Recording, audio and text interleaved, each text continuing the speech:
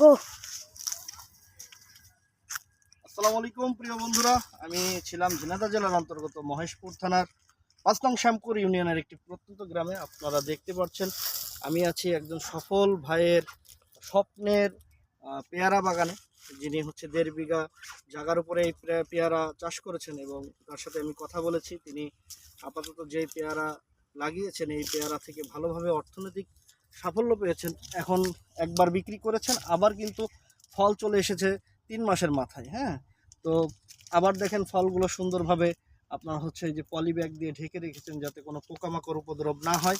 এবং পাশাপাশি কিন্তু এই ফলগুলো কিন্তু আমি খেয়েছি এবং পেয়ারা আমি এর আগেও অনেক খেয়েছি, কিন্তু এই ফলটা, এই পেয়ারাটা কিন্তু একটু অন্য রকমের, প্রচুর সুস্বাদু এবং প্রচুর মিষ্টি। পাশাপাশি হচ্ছে তার সাথে কথা বলে জেনেছি এটা একটি অন্যরকম জাতের পেয়ারা এবং হচ্ছে এই পেয়ারাটার জাত হচ্ছে আপনার যেটা তিনি অনেক দূর থেকে নিয়ে এসেছেন এবং পরীক্ষামূলকভাবে এনেছিলেন। আনার পরে তিনি সাফল্য যখন পেয়েছেন তখন তিনি আরও ৬০০ চারা এনে এখানে লাগিয়েছেন। পাশাপাশি তিনি নিজেই দেখভাল করেন এবং নিজেই চাষবাস করেন এবং তার সাথে কথা বলে জেনেছি তিনি ১.৫ লক্ষ টাকা খরচ করে এই বাগানটি করেছিলেন। পরবর্তীতে তিনি এইখান থেকে প্রায় ৫-৬ লাখ টাকার উপরে অধিক লাভ করেছেন এবং প্রত্যেক বছরে ২ বার তিনি এই পেয়ারা পেয়ে থাকেন এখান থেকে।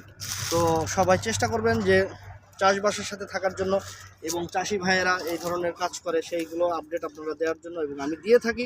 আপনারা আমাকে ভালোবাসা দিবেন, সাপোর্ট দিবেন এবং পাশাপাশি আমার ভিডিওগুলোকে অবশ্যই আপনারা একটু ফলো করে দিবেন এবং লাইক করবেন, শেয়ার করবেন। ধন্যবাদ বন্ধুরা।